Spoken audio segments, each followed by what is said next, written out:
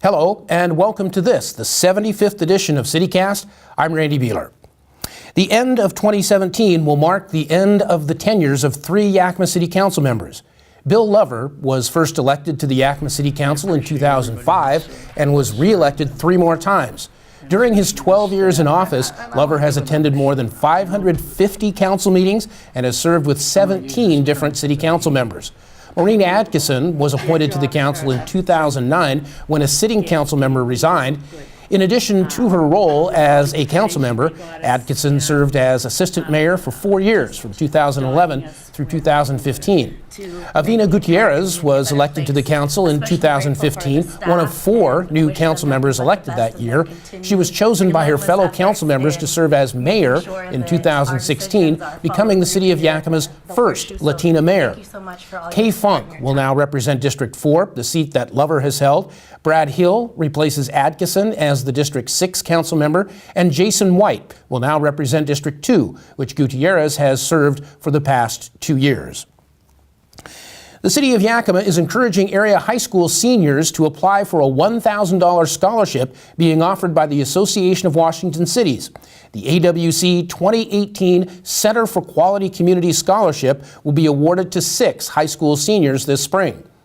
In our area, the AWC Center for Quality Community Scholarship is open to students from the Yakima and West Valley school districts who will graduate from high school, complete homeschool, or receive a GED in the spring or summer of 2018, are currently or have been involved in significant school and community leadership activities and or city government, plan to continue their education in the 2018-2019 academic year at an accredited college, community college, or trade school on a half-time or more basis, and are residents of Washington State.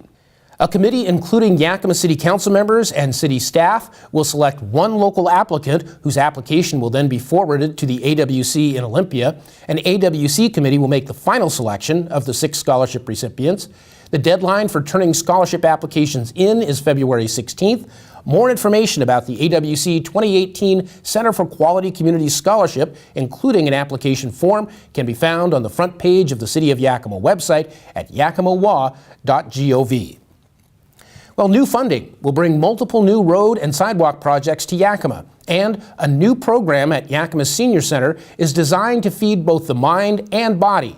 To tell you more, here's CityCast's John Fannin. Thanks, Randy.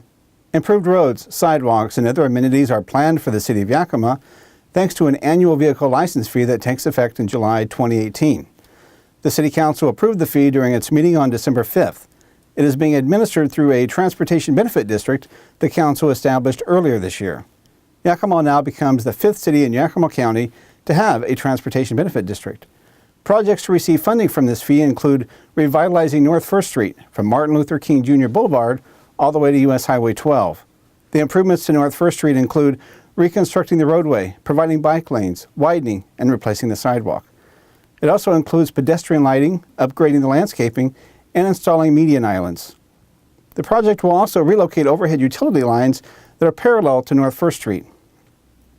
Funds from this vehicle license fee will also be used to improve 6th Avenue, including the trolley track infrastructure and adjacent pavement. They will also provide sidewalk improvements that includes the sidewalk along 4th Street from Walnut Avenue to Pacific Avenue. The City of Yakima's Harman Center is starting a brand new monthly program that offers educational discussions and lunch at no cost to the public. The first Lunch and Learn is noon to 1:30 p.m. on Thursday, December 21st at the Harman Center, 101 North 65th Avenue. The topic is hearing loss, and it's presented by Connect Hearing. Highgate Senior Living is providing a light lunch for this event. Recreation Program Supervisor Leslie Richards said Lunch and Learn will continue through 2018 on the 3rd Thursday of each month. Lunch and Learn topics for 2018 include genealogy, cardiac health, diabetic management and health, volunteer opportunities in Yakima, and knowing the 10 signs of Alzheimer's. Reservations are not required at this time, but that may change in the future if Lunch and Learn programs draw large attendance. For more about the Harman Center, call 575-6166 or visit yakimaparks.com/senior-center. And Randy, back to you. Thank you, John. As online shopping grows in popularity, so does the chance that your packages may not be on your porch when you get home. When CityCast returns, you'll learn how to take steps to avoid being taken advantage of. You're watching Y-PAC's CityCast.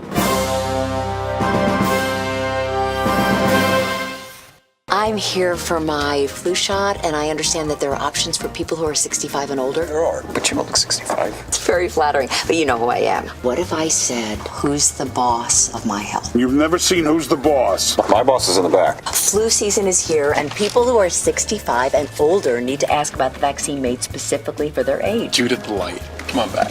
Visit the National Council on Aging at ncoa.org/flu and talk to your doctor about vaccine options for people 65 and older.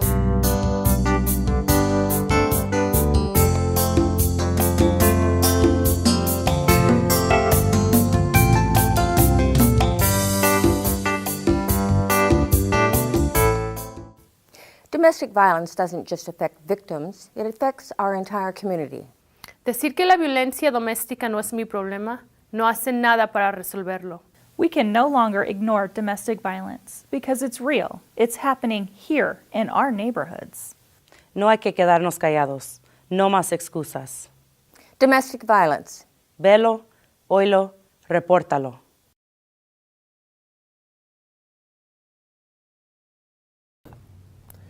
During this holiday season, we all need to be diligent and avoid some common pitfalls of the home delivery of packages. On this edition of CityCast, we share with you some things you can do to keep your home-delivered gifts safe and sound. Well, welcome to another edition of Tuesday Tips. I'm Mike Bastinelli, the Public Information Officer for the Yakima Police Department. And today I'm joined by Yakima Police Detective Casey Gillette. And we are going to deal with the issue of package theft and mail theft. And Detective, just how prevalent is the problem? We've seen quite an increase in the last couple of weeks, mainly in mail theft and some package thefts around town, mainly based on the holiday season and like an increase of credit cards being either applied for or sent through the mail.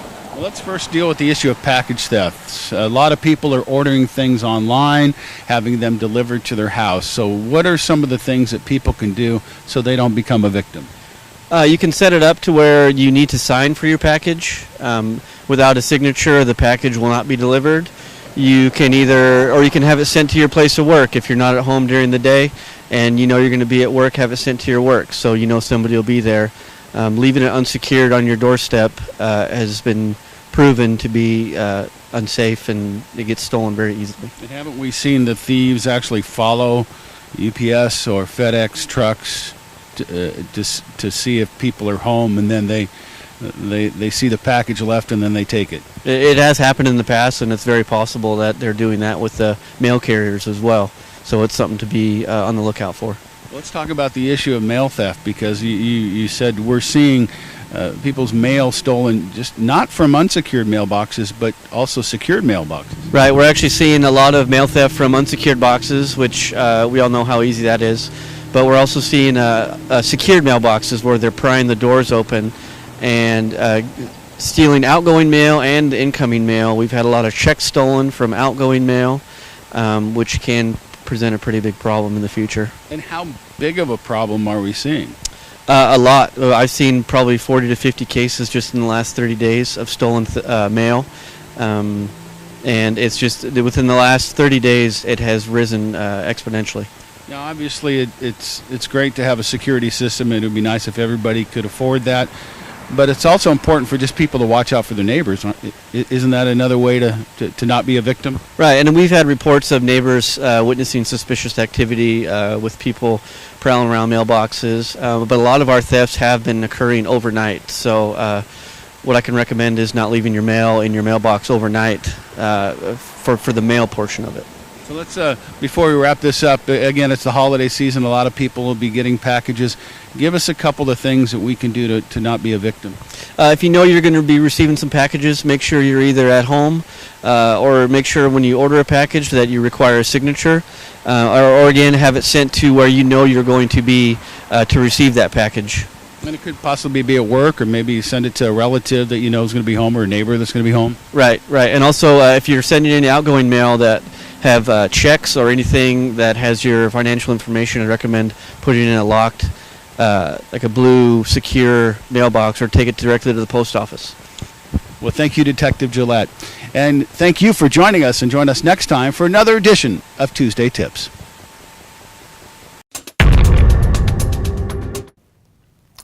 Very good advice indeed. Well, thank you for joining us for this edition of Y-PAC CityCast. This is the final edition of CityCast for 2017. We thank all of you for watching CityCast this past year and look forward to bringing you interesting and valuable information in 2018. Thank you to all who contributed to making CityCast a success this year. Thank you to Ken Crockett, who retired in February of this year after having spent nearly 20 years working for the City of Yakima. Thanks as well to John Fannin, who joined the city and CityCast in July of this year. And thank you especially to Sean Davido, videographer, reporter, producer, editor extraordinaire of CityCast. We have a great team. We thank you for tuning in to this edition of Y-PAC CityCast. We end with a memory montage from 2017 produced by CityCast's own Sean Davido. I'm Randy Beehler. Happy holidays.